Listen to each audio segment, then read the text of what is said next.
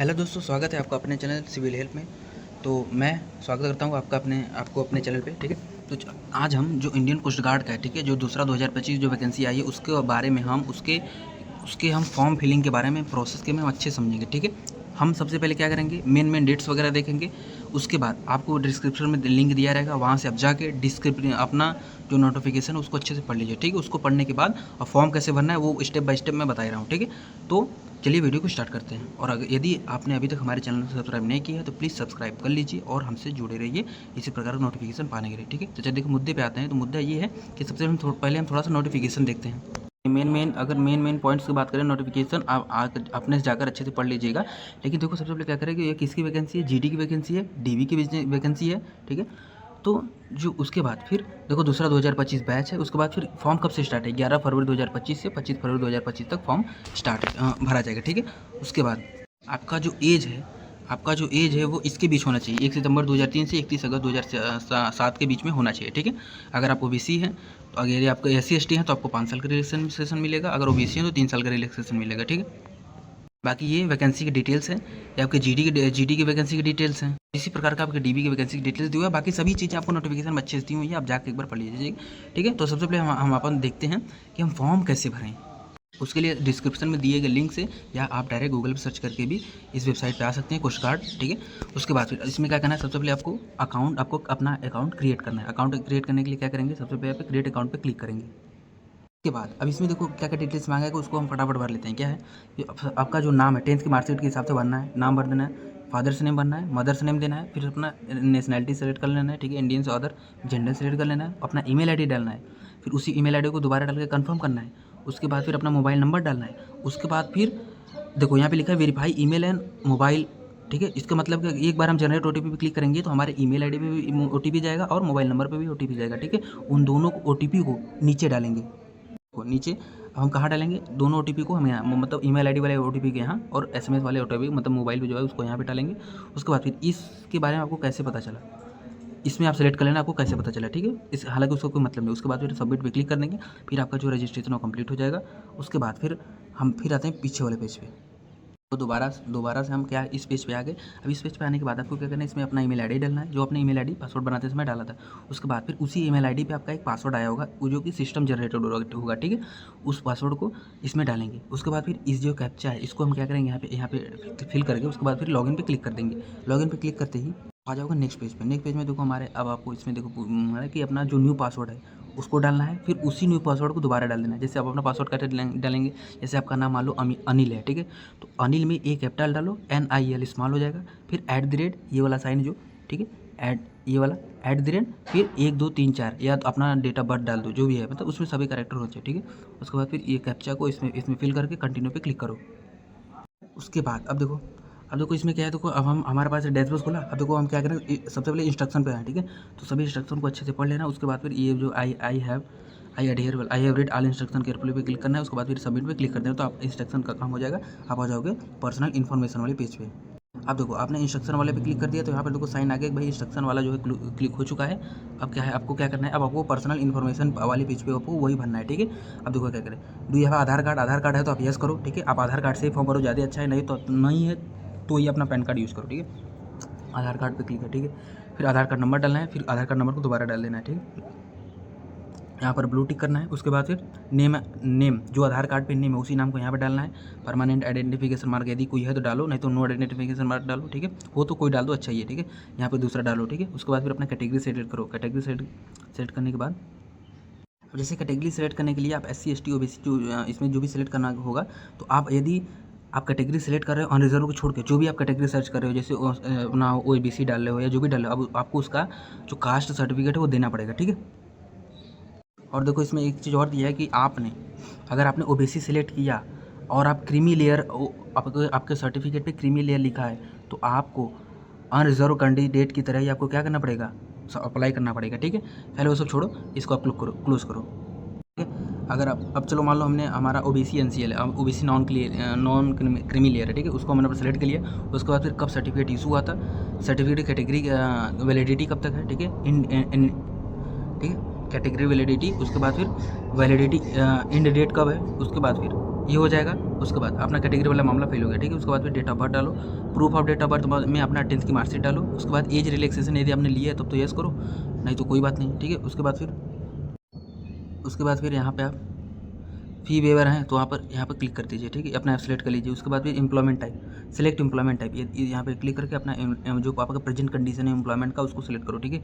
यदि आप दिखाते हैं कि आप किसी जॉब में पहले से ही हैं तो आपको ज्वाइनिंग के समय आपको एनओसी ले जाना पड़ेगा, ठीक है। इस बात का ध्यान रखना। उसके बाद फिर क्या, अपलोड आईडी प्रूफ, मतलब आपको अपने आधार कार्ड का PDF बना के यहाँ पे क्या करना है, यहाँ पे डालना है। उसके बाद फिर अपना डेट ऑफ बर्थ प्रूफ, मतलब 10th का मार्कशीट का यहाँ पे डालना है, ठीक है। अब ये डलेगा कैसे, देखो यहाँ पे इन्होंने क्लियरली दे रखा है 50 KB से 150 KB के बीच में होना चाहिए, क्या JPG के फॉर्मेट में होना चाहिए, ठीक है।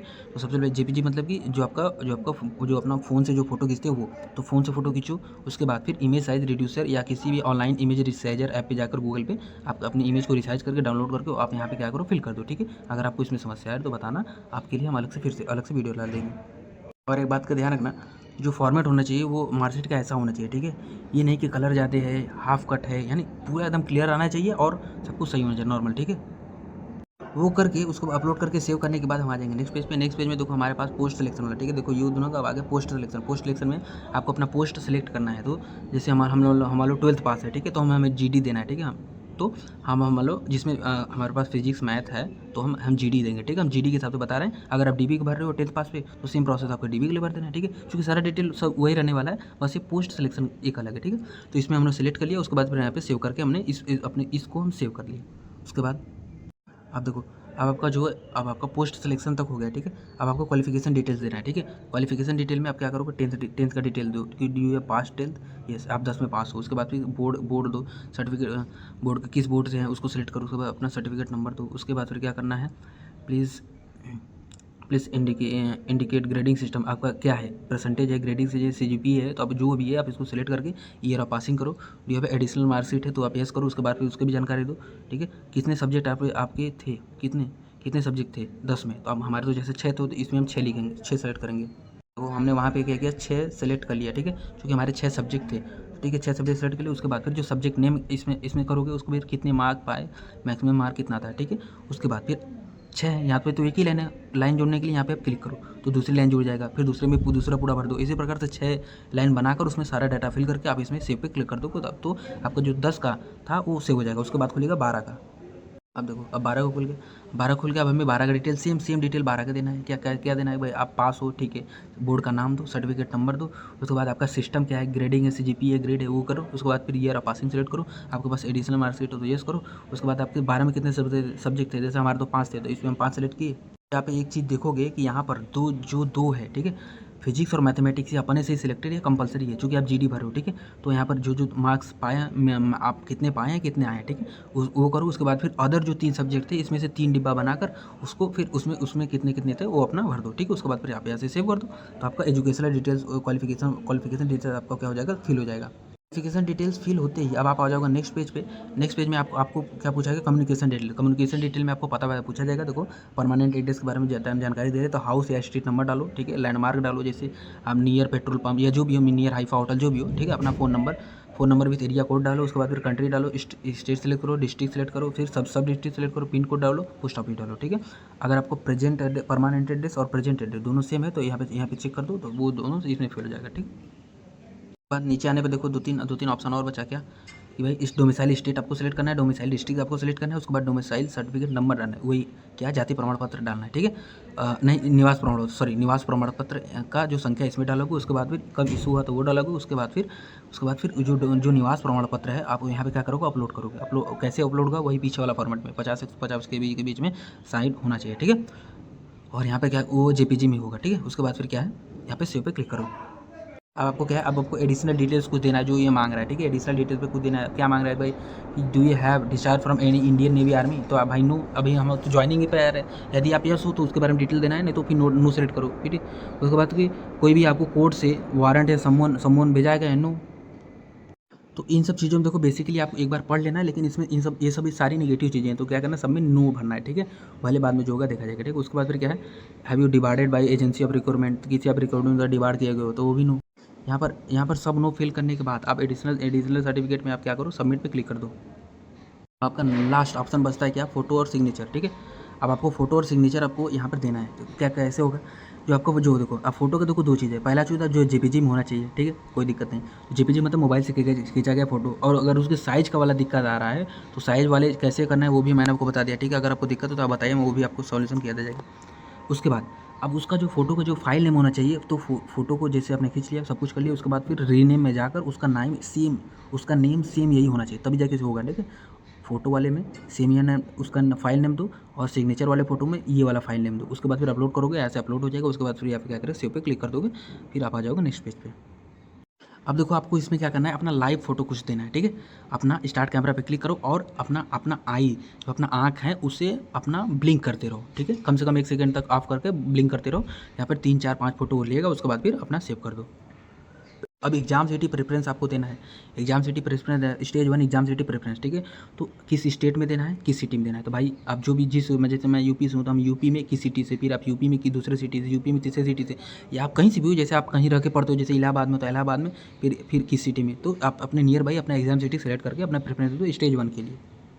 वो सेव करने के बाद आप आ जाओगे अब नेक्स्ट स्टेज टू का जो एग्ज़ाम सिटी प्रेफरेंस हो, तो स्टेज 2 में अपना सिटी सेलेक्ट कर लो। ये तो जो रहेगा अपने अपने जो आपके नज़दीकी है उसके पास के अनुसार से सिलेक्ट कर लो, ठीक है। उसके बाद फिर सेव वाले पे क्लिक करो।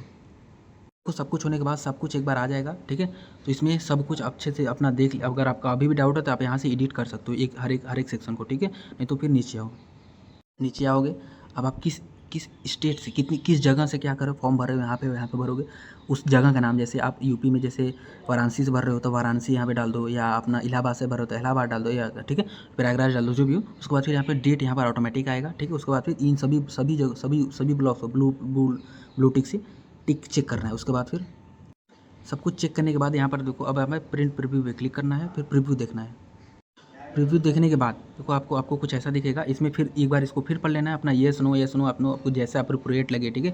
हालांकि यही एक ऑप्शन है, मतलब यही सही भरा गया, कोई दिक्कत नहीं, लेकिन आप अपने अनुसार सब कुछ कर लेना। इसमें लास्ट में पूछा गया कि आप फाइनली आप सबमिट करना चाहते हो, तो इसमें येस सब कुछ अपना अपना पढ़ के, ठीक है। इसमें देखो ऐसे ही है, ठीक है। सेलेक्ट कर लिया, उसके बाद फिर यहाँ पे सेव वाले पे क्लिक कर दो।